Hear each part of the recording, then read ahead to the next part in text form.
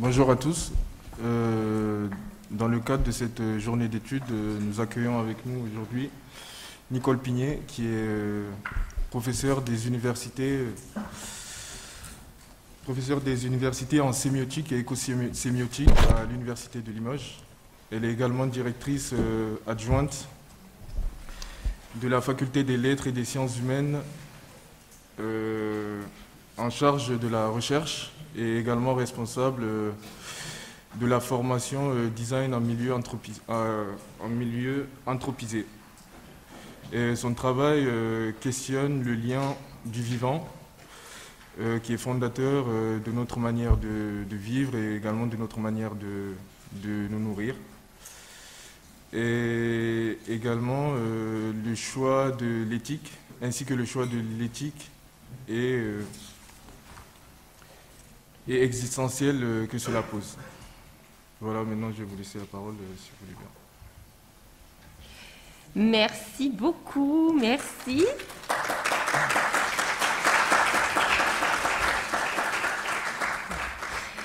Alors, oui, merci. Hervé a lancé les applaudissements, mais je préfère en général qu'on attende la fin pour voir si ça le mérite. Bien. Oui, c'est un grand plaisir d'être avec vous aujourd'hui. D'une part, parce que, oui, Indiana a dû reporter à plusieurs reprises ces 2 jours. Pour les raisons que nous connaissons et voilà, ça n'était pas évident que nous puissions nous retrouver tous ensemble. Et l'autre raison, c'est vrai que nous sommes directement voisins et pour autant nous ne nous connaissons pas forcément. Je connais bien sûr Indiana, mais pas forcément les étudiantes, étudiants et tous les collègues non plus. Bien, alors, la première fois qu'Indiana m'a parlé de ces journées, c'est vrai que, on va dire naturellement, j'ai suggéré un duo avec Hervé Covès. Alors, nous allons intervenir tour à tour, mais en de multiples points, nos présentations, ce que nous souhaitons mettre en partage, vont sans doute se faire écho. Alors, pour commencer sur cette histoire du design des paysages nourriciers et des liens qu'ils constituent, qu'ils tissent avec la terre, je souhaite rendre hommage à Marcelle Delpastre, paysanne, écrivaine, limousine, qui vivait à Germont en Corrèze. Et Marcelle Delpastre a été filmée dans un documentaire de Patrick Casal en 1996, 2 ans avant son décès. Et donc nous allons écouter un tout petit extrait. J'espère que le son, ça va être assez fort. Cette terre générale, cette terre universelle, je la vois quand même de très près avec les yeux d'un paysan d'une certaine façon. Mais surtout, je la vois de beaucoup plus près quand je prends une poignée de terre dans ma main. Dans une poignée de terre, il y a justement l'univers, les étoiles, les soleils, il y a tout. Et si je peux parler du microcosme, je veux parler du macrocosme, je veux parler de tout. Si je parle de moi, c'est pas de moi que je parle. Moi, je suis pas intéressante, je suis rien, je suis complètement le vide. Mais je peux parler donc de l'humanité, de l'homme. Bien. Ainsi s'exprimait Marcelle Delpastre, paysanne écrivaine, en 1996. Chez elle, point de rupture entre sa vie, située dans un hameau, donc en Corrèze, et celle de tous les vivants de la terre, bactéries, champignons, plantes, bêtes et gens. Point de rupture entre ce qui coule dans son sang et ce qui jaillit de la source, abreuve les ruisseaux, rivières, mers et océans. Marcelle, qui a grandi à la ferme, y retourne après des études en art déco. Elle y retourne élever des paysages nourriciers. Nourriciers en ce qu'il nous relie à la terre avec un T minuscule, c'est le sol, Le sol qui nous porte, nous supporte, nous permet de faire pousser de quoi manger, nous permet de bâtir nos maisons. Le sol qui est un sol vivant aussi, et c'est bien sans doute ce dont nous parlera Hervé. Mais la terre également avec un T majuscule, l'oikos en grec, qui est la maison qui accueille le vivant, la biosphère. Chez Marcel, noyer, noisetier, châtaignier composent le couder, ce petit enclos qui est toujours à côté de la maison, derrière la maison, et qui est composé d'une complexité paysagère, avec ses diversités d'arbres, mais aussi de plantes, et voilà, la volaille, éventuellement un cochon, des moutons. Petit talus bordant les prés, fleurs et plantes, maisons et étables en pierres et terres battues, nourrissent les lieux où corps et sensibilités, bêtes et gens font concrescence. Qu'est-ce que ça veut dire? Tout y croit en commun, de telle sorte que l'appartenance de tout et de tous à la terre y est évidente.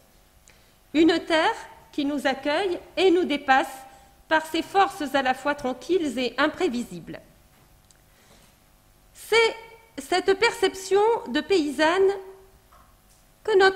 c'est sur cette perception de paysanne que notre attention veut se porter aujourd'hui pour suivre ensemble la piste des paysages nourriciers et de leur lien à la terre. En quoi sont-ils aptes à nous nourrir de bonne nourriture, mais également à cultiver nos sens, ainsi que notre sentiment d'exister parmi les autres vivants et pas en face ou pas au-dessus? Dans quelle mesure ces histoires-là concernent-elles le design et plus largement le geste d'habiter? Marcel Delpastre, par le geste de la main, quand elle tient dans sa main une poignée de terre, dit-elle, relie le sol, la terre, l'oikos, le local, sa ferme, sa terre sur la ferme, microcosme, au global, la terre planète, l'oikos, mais aussi l'univers. En maintenant, en limitant une poignée de terre, elle prolonge symboliquement le geste vers l'infini. Et ce faisant, que fait-elle? Elle nous invite à nous défaire du logos, c'est-à-dire, chez Platon, de ce langage théorique servant exclusivement le raisonnement, celui qui mène aux idées en s'abstrayant des réalités sensibles, des réalités des mondes sensibles. Elle met en concrescence le sensible et l'intelligible, l'expérience in situ avec les formes génériques que sont les idées, notions conçues par l'esprit. Mais aussi, par la force poétique de son énonciation, elle invite à se défaire des parlers convenus, ceux de la doxa, qui ne voient la terre qu'en tant que ressource à exploiter jusqu'à plus fin, d'où les termes exploitant, exploitant agricole, exploitant forestier, exploitation, surface agricole utile, nous dit la politique agricole commune, car les haies, les arbres, les ruisseaux et tout le reste seraient inutiles, bien entendu. Alors, bien que n'ayant pas connu le XXIe siècle, elle décède, je l'ai dit, en 1998 à Germont, la paysanne corrézienne préfigure nombre d'initiatives paysannes contemporaines qui cherchent toutes à sortir de l'anesthésie, c'est-à-dire la privation du sentir, qui est fondatrice des techniques parlées, gestes, de l'agriculture industrielle mondialisée et plus largement de toute l'industrialisation mondialisée de nos vies dans tous les domaines, manière de se déplacer, manière d'habiter, de se nourrir, de se cultiver, etc. C'est à partir de nos travaux en écosémiotique menée avec des paysannes et paysans du Limousin et plus largement Nouvelle-Aquitaine, que nous esquissons quelques propositions fondatrices du design des paysages nourriciers. Alors pourquoi le Limousin? Eh bien, le Limousin, on le sait, est rayé de la carte administrative. Mais il a été également en amont rayé de la carte des travaux universitaires en anthropologie, en éco-anthropologie. Or, il attire une multiplicité de paysannes, de paysans pour diverses raisons. Peut-être parce que le terrain y est un peu moins cher qu'ailleurs, mais aussi pour sa complexité paysagère, Sylva, la forêt, Aguerre, le champ cultivé, Saltous, le pré, les landes, les zones humides. Nos travaux en terre limousine, Charente-Limousine et limite Vienne, interrogent les forces sensibles, esthésiques, du grec aistanestai, qui signifie sentir, mais aussi les forces éthiques qui fondent le design des paysages nourriciers à la mesure de la terre. Alors, en premier point, nous aborderons les gestes paysans et nous arriverons ensuite au design. Guy et Carole vivent sur la ferme de Garandot, à la limite entre Charente et Vienne. Ils y cultivent des céréales, semences paysannes, y élèvent des brebis, tonnes et martoldes, des porcs, des volailles, fabriquent leur farine, les pâtes, le tout vendu directement sur la ferme et sur les marchés. Alors, nous allons écouter un petit extrait d'une interview de Guy Turible. Des autres animaux. La base, c'est le sol, on va dire. Donc le sol, le ressenti de la terre, le ressenti et l'odeur de la terre, ça c'est primordial. Une odeur qui a une odeur de champignon ou de sous-bois, c'est une terre fertile. Si vous avez une terre qui sent rien, donc là c'est qu'il y a un déséquilibre quelque part, il faut retrouver cet équilibre et retrouver comment faire pour le remettre en place. C'est surtout ça au niveau du sol, il faut toujours toucher la terre. Moi je touche en permanence la terre, je gratte, je regarde si la décomposition des anciennes pailles se sont bien faites ou si on retrouve des matières organiques de l'année d'avant qui sont mal décomposées. Donc là, il faut se remettre sans cesse en question pour pouvoir pallier justement à ces choses-là. Alors nous, ce qu'on fait, c'est que je récupère à peu près, on va dire, 20% de mes cultures pour les animaux, pour ce qu'on appelle la litière et tout ça. Et le reste, on restitue toutes les pailles. On va dire à 80%, voire même plus, je dirais. On restitue toutes les pailles, c'est systématiquement à la moisson, c'est broyé, restitué aussitôt. Donc nous, dans notre logique de rotation, on fait, alors moi je fais 3 années de céréales, tout le monde ne fait pas comme moi, 3 années de céréales et je remets en prairie pendant 5 ans.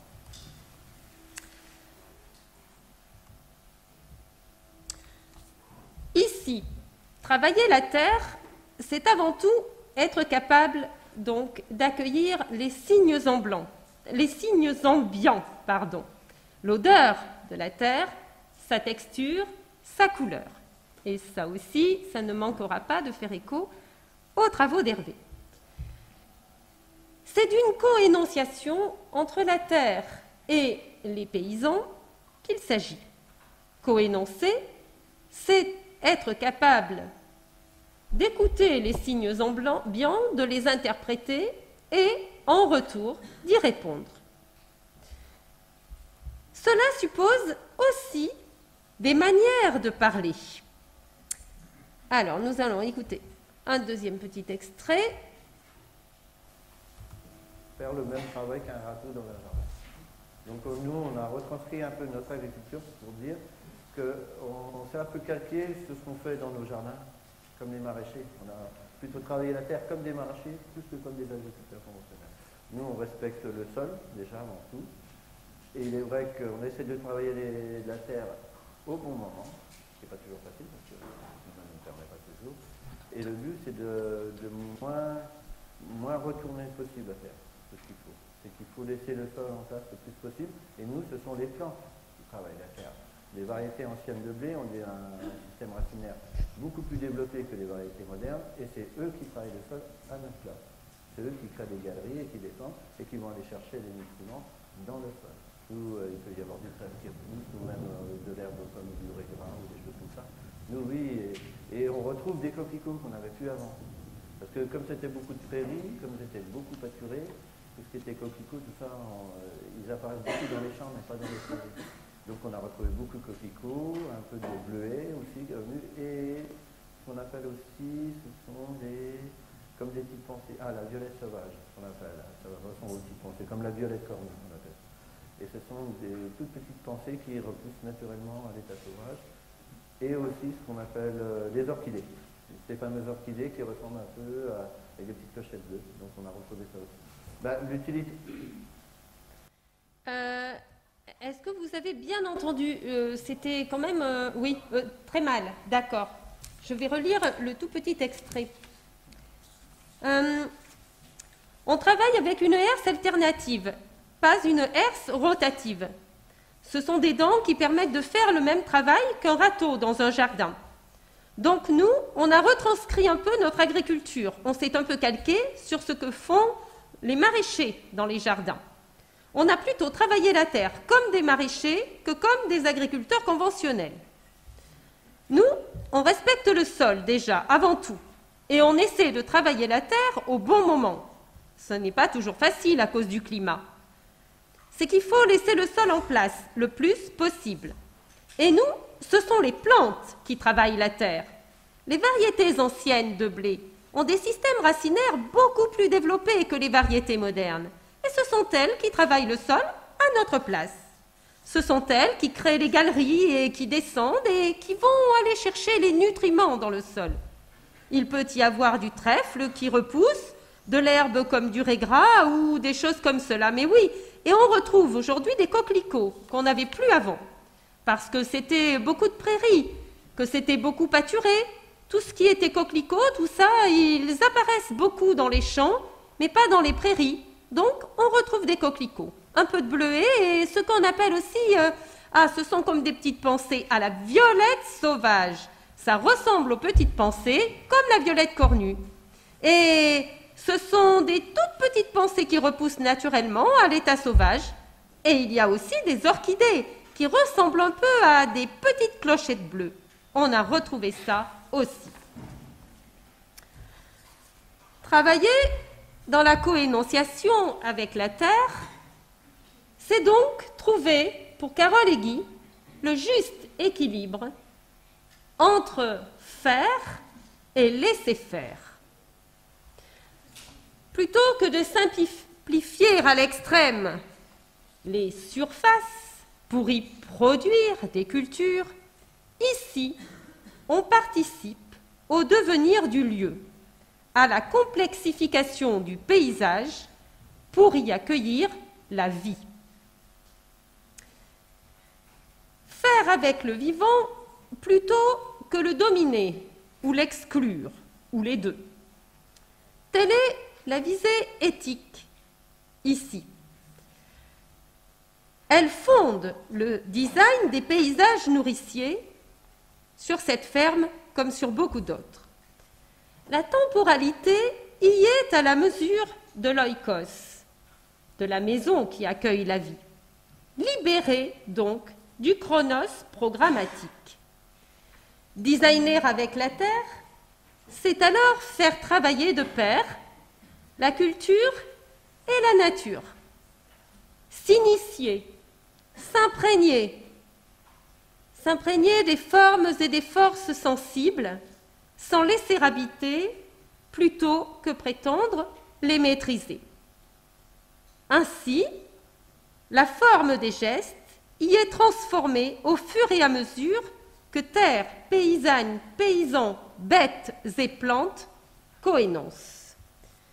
Alors un dernier petit extrait de ce paysan.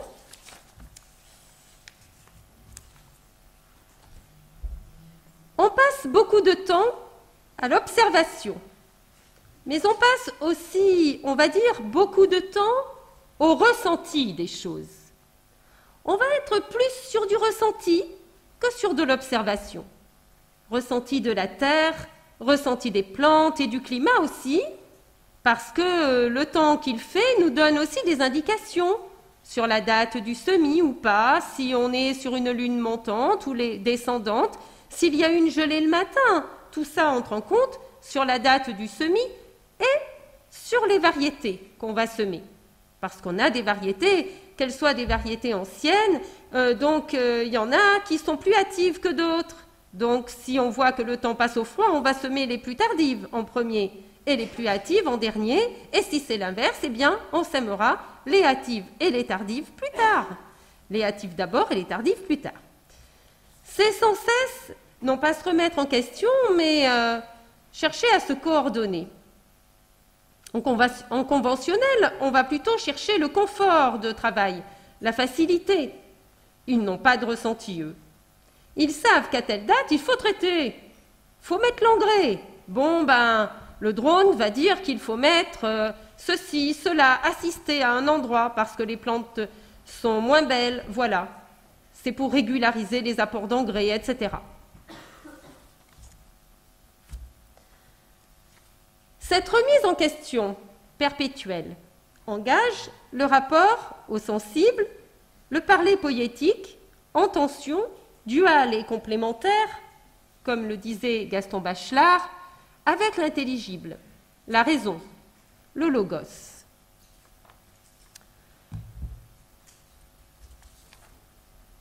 Tandis que l'agriculture industrielle mondialisée fige dans un schéma, le schéma chez Platon, un schéma programmatique, les gestes, les aptitudes perceptives, ici, les gestes procèdent du rythme, rhythmos en grec, qui est, et là je cite François Laplantine dans son magnifique ouvrage « Le social et le sensible, introduction à une anthropologie modale », le rythme qui est un processus au travers duquel tout ce qui vit devient autre que ce qu'il était. Il y a précisé, François Laplantine, dans cet ouvrage, la distinction entre le schéma platonicien et le rythme des présocratiques, dont le philosophe Héraclite. Le schéma, dit-il, fige le mouvement en figure programmable. On retrouve là exactement les propos que Guy Thurible tient sur l'agriculture industrielle mondialisée. Finalement, nous amenant à devenir machines.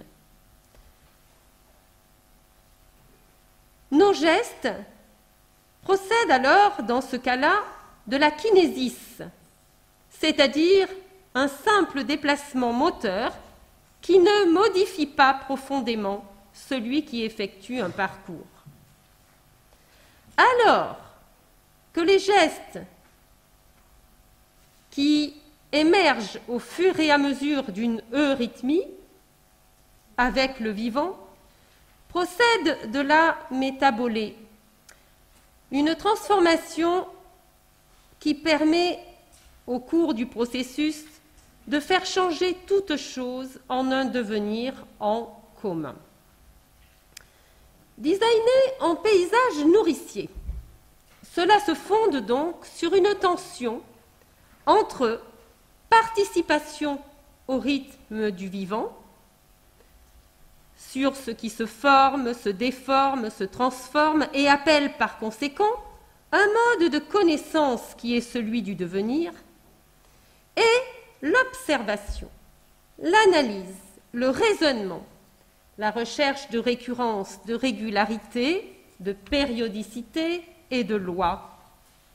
Les gestes paysans s'ouvrent au rythme du vivant, procèdent de l'aïsthésis, le sentir, de l'appréciation des signes ambiants, tout en les stabilisant, les délimitant pour en rendre compte et élaborer des lignes de conduite. Comment cela nous amène-t-il donc au design? Les paysages nourriciers et les façons dont ils s'élèvent, prennent vie et forme, invitent à un design alternatif, bien entendu, par rapport à celui que nous connaissons dans l'industrie. Il ne s'agit bien évidemment plus de concevoir des objets et des lieux, puis de les réaliser en soumettant la terre à la forme programmée, mais d'élaborer la pensée au fur et à mesure que se réalise le paysage nourricier et vice-versa. Le dessin IN du design, comme le dessin EIN, s'élabore dans la coénonciation avec le vivant et la terre. On retrouve ici l'appel de l'anthropologue Tim Ingold dans son ouvrage FAIRE, F-A-I-R-E, anthropologie, archéologie, art et architecture. Il nous invite à ne plus appréhender le dessin IN comme projection visuelle d'une idée, d'une intention, obéissant à une intention, à un dessin, mais à faire comme les bâtisseurs du Moyen-Âge ou encore comme l'artisan ou l'artisane, lorsqu'ils associent leurs propres gestes et mouvements, leur vie même, au devenir des matériaux s'alliant aux forces et aux flux qu'ils s'appliquent à suivre et qui leur permettent de réaliser leur œuvre. J'ai cité là Tim Ingold. Faire relève alors d'un processus de morphogénèse. La forme n'est pas imposée à la matière de l'extérieur, mais engendrée par le champ de force déployé dans les relations entre l'artisane ou l'artisan et le matériau. Cela, évidemment, est très différent d'un faire illémorphique, H-Y-L-E morphique, qui consiste à imposer une forme à la matière. Le contre-design que propose Tim Ingold appelle de ses voeux, que propose Tim Ingold, est une façon donc de faire dans la concrescence entre la terre, les êtres vivants et l'anthropos. Je le cite. Je voudrais penser le faire, F-A-I-R-E, comme un processus de croissance. Cela place dès le départ celui qui fait comme quelqu'un qui agit dans un monde de matières actives. Ces matières sont ce avec quoi il travaille, et le processus de fabrication consiste à unir ces forces aux leurs, les rassemblant ou les divisant, en cherchant à anticiper sur ce qui pourrait émerger. En ce sens, les ambitions de celui qui fait sont beaucoup plus humbles que celles impliquées par le schéma illémorphique. Loin de se tenir à distance d'un monde passif en attente de recevoir les projets qui lui seraient imposés de l'extérieur, le mieux qu'il puisse faire est de s'insérer dans les processus déjà en cours, lesquels engendrent les formes du monde vivant qui nous environne. Les plantes, animaux, vagues de l'eau, la neige et le sable, les rochers et les nuages, en ajoutant sa propre force aux forces et aux énergies déjà en jeu. Fin de citation. Mais les paysages nourriciers nous invitent à faire un pas de plus. La terre n'y est pas seulement matériau vivant. Tout en comprenant la terre générale, la terre universelle dont parle Marcel Delpastre, elle est le lieu qui accueille la vie à un endroit toujours situé. C'est toujours quelque part. Elle nous invite ainsi à habiter un lieu en concrescence avec les autres humains et autres vivants.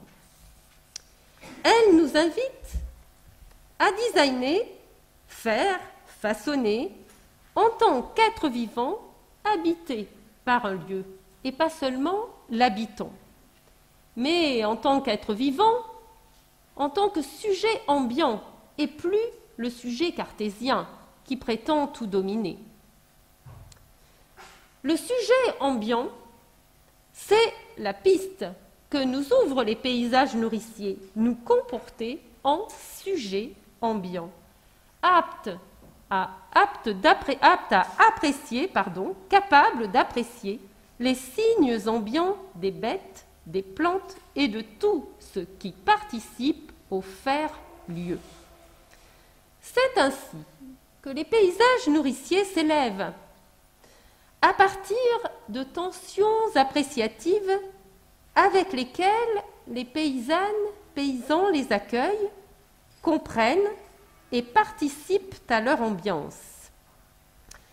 Et alors, ils nous invitent, si nous nous comportons en tant que sujet ambiant, à percevoir les choses et le monde à partir d'un fond commun, en amont même de nos systèmes de valeurs spécifiques, un fond commun, quelles que soient nos couleurs de peau ou nos origines géographiques ou culturelles. Ce fond commun, c'est ce que le linguiste américain John Searle appelle l'arrière-plan global. Cet arrière-plan global se fonde, alors je prends ces travaux et je les poursuis dans une approche éco-sémiotique, c'est-à-dire qu'ils se fondent sur des matrices organisatrices de la perception humaine. John Searle nous dit, alors il est linguiste et son père est biologiste, et il est passionné par les travaux de son père, et il nous dit, cet arrière-plan global, il se fonde sur notre corps biologique. Effectivement, nous sommes faits de haut et de bas, c'est notre position verticale. Mais nous sommes faits également de rythme, le rythme de la marche, le rythme du battement cardiaque, le rythme de la respiration, etc. Mais nous sommes faits également de féminin et de masculin, quel que soit notre genre sexué. Les Chinois le savent bien avec le yin et le yang, mais Gaston Bachelard,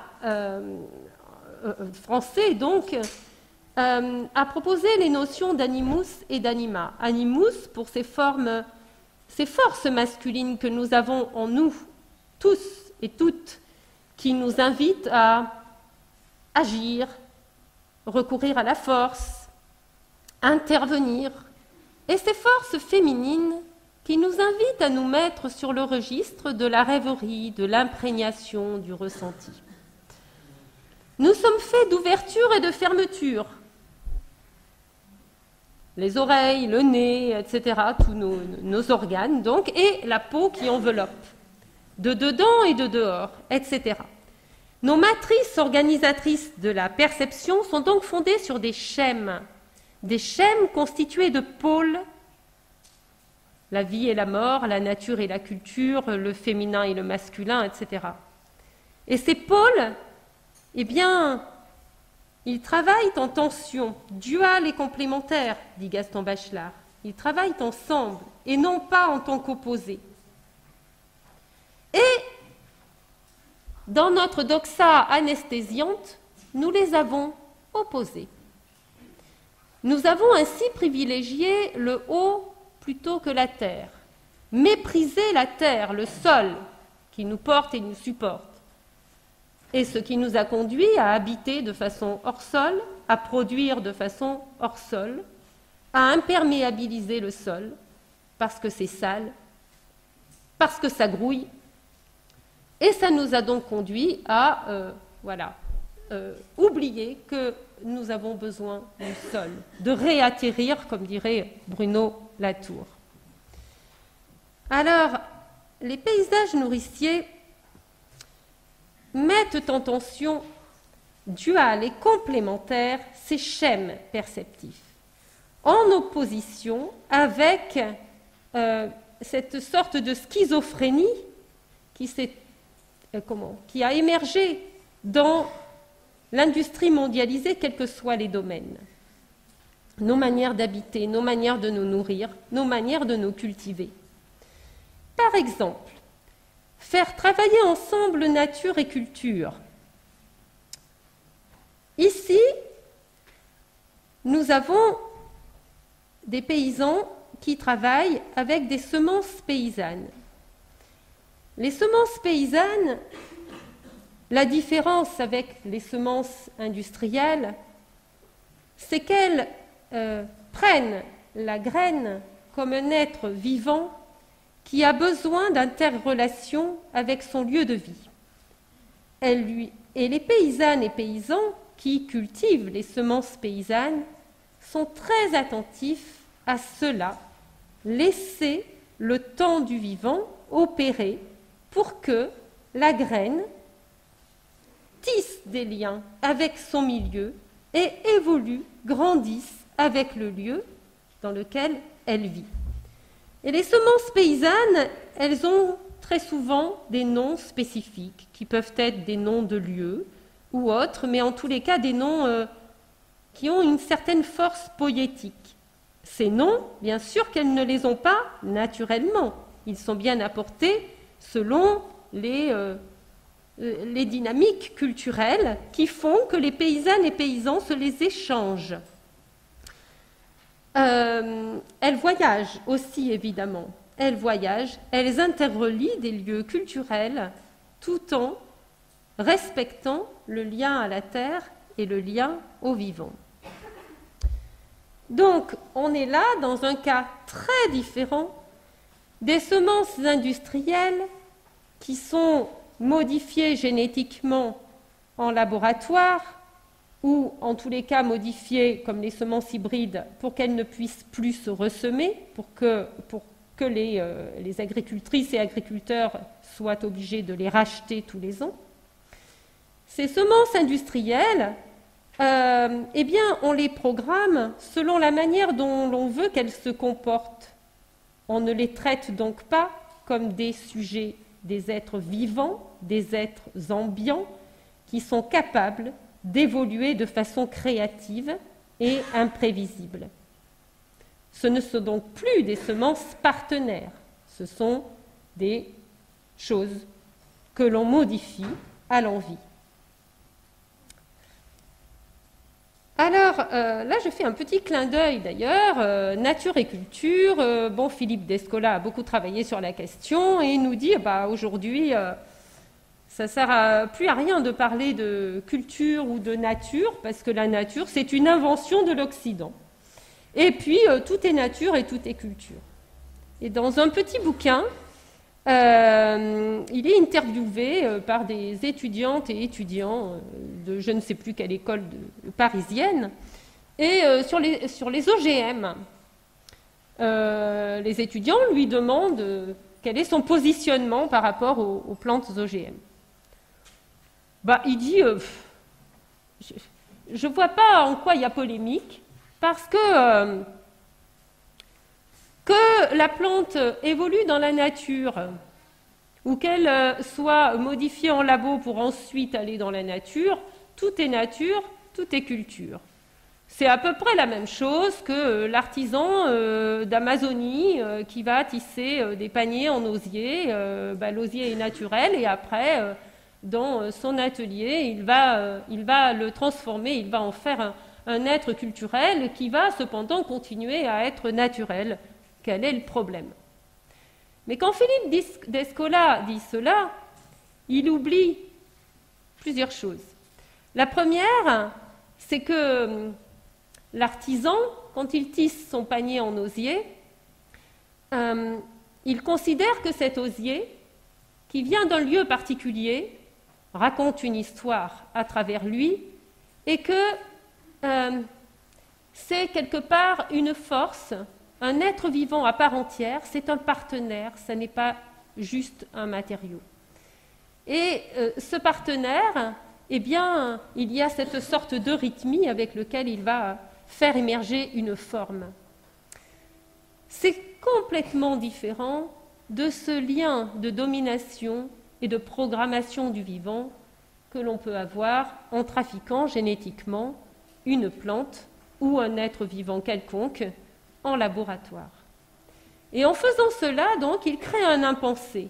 Parce que si on dit qu'il n'y a plus de nature, que tout est imbriqué, nature et culture, alors on n'est plus capable de se poser la question dans tout processus de design de ce que l'on fait, nous, à ces êtres vivants, et de ce que, eux, ils peuvent nous faire de façon imprévisible et créative.